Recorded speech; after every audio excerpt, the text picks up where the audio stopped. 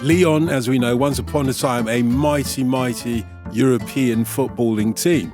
However, last week when we were talking, Andy, I was fearing that I would be, the lead story this week would be, Lyon are in Ligue 2, rather than, where they were previously. And somehow they have avoided what I would describe as a machine gun hail of bullets. They've ducked them, haven't they? Yeah, just about. I think it's fair to say they have gone through another audition and appeal hearing with the DNCG, who is the four-letter acronym we're hearing most in European football. Skepta's going to be rapping about them next, I think. Really? It's the French Financial Control Board, just to recap, who keep a very strict rein on whether teams are sustainable, whether they can get through seasons, etc. Every team has to go through the audition, as JJ was explaining to us a couple of weeks ago. They went back in front of the beak and emerged unscathed on Wednesday afternoon. Their relegation to Ligue 2 was cancelled. They're going to be in Ligue 1 next season. They should be able to compete in the Europa League, despite that fine, which is an initial 12.5 million euros from UEFA for flouting various financial rules as well. And you have to say that since John Textor has moved aside as Lyon president, he being the president, I was going to say, yeah. Yeah, and it's still major shareholder.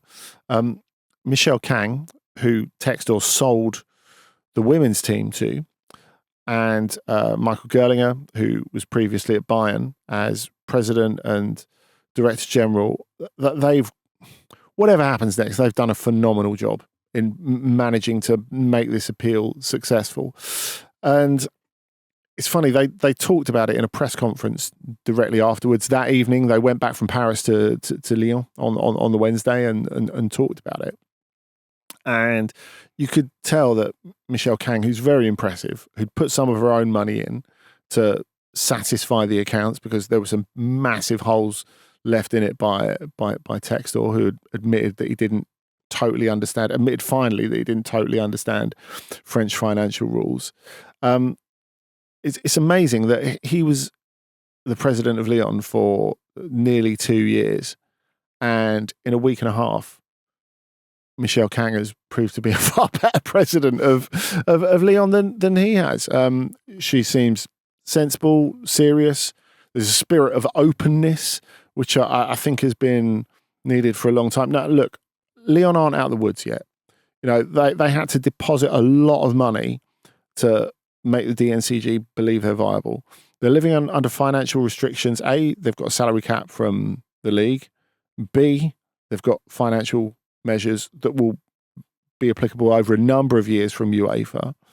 And they'll probably have to sell some players as well. They've already got the wage bill down from 160 million euros to 70, and it's probably got to come down a bit more as well. But Kang and Gerlinger were quite bullish, saying, look, well, to get success off the pitch, we have to have success on the pitch. So, we're still going to chase Europe.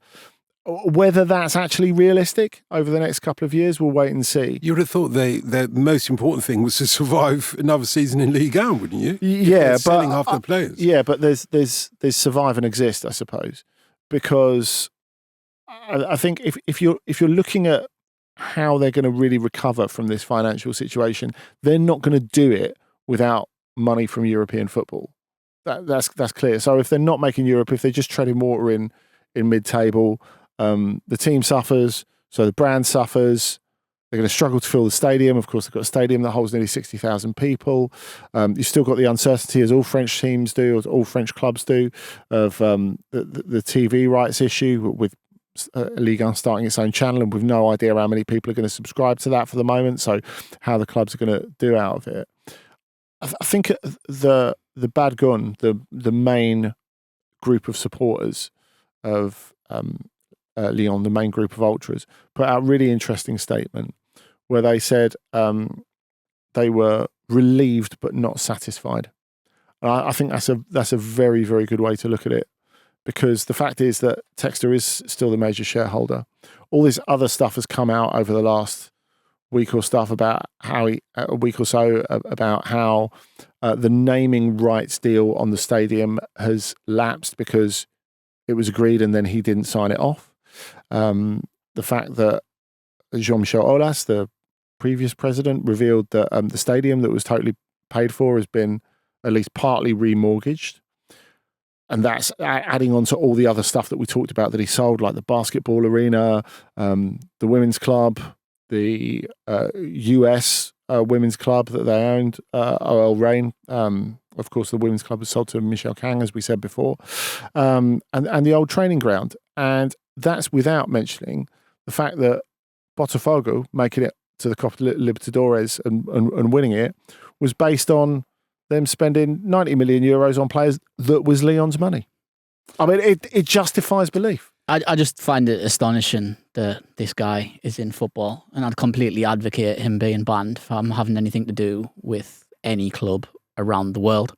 If FIFA governs it, then they should make sure that he doesn't have any involvement, because he's just leaving a trail of destruction wherever he goes. And if you look at Botafogo right now as well, there's a lot going on with them, and there's a lot more going to come out as well in terms of their finances. There's lots of concern. There's lots of things said in the Brazilian media about their accounts being delayed and such as well. So it's going to fall into them. Clearly, it's affecting Crystal Palace as well. Yeah. Everybody knows about the Crystal Palace situation, and it's just astonishing to me. We get on about Premier League fit and proper tests, and some of the owners, we've obviously got an issue further down the pyramid as well with different ownership at Sheffield Wednesday, at Reading. All these clubs have had issues, and then at the top of it, you've got somebody like Textor, who's been in charge of major clubs, club in Ligue Un, club in the Premier League. He shouldn't be anywhere near it. So does the DNCG have a lot to answer for themselves with regards to the Lyon situation? A little. I think Textor is to blame for this, but the shortcomings of others have given him the opportunity to really run amok. Now, Jean-Michel Aulas, when he came out and talked about it, said, well, it wasn't me who wanted to sell the club, it was the other shareholders. I didn't really have a say on it. I had a different preferred bidder, all this sort of stuff. But I don't know. I think he's washing his hands of it a bit easily. I think the DNCG is a great idea in theory when we need sustainability in football, greater sustainability in football. But what is the point in them going through the budgets of all these teams with a fine-tooth comb if they can't work out whether the guy who owns the club's actually got any money?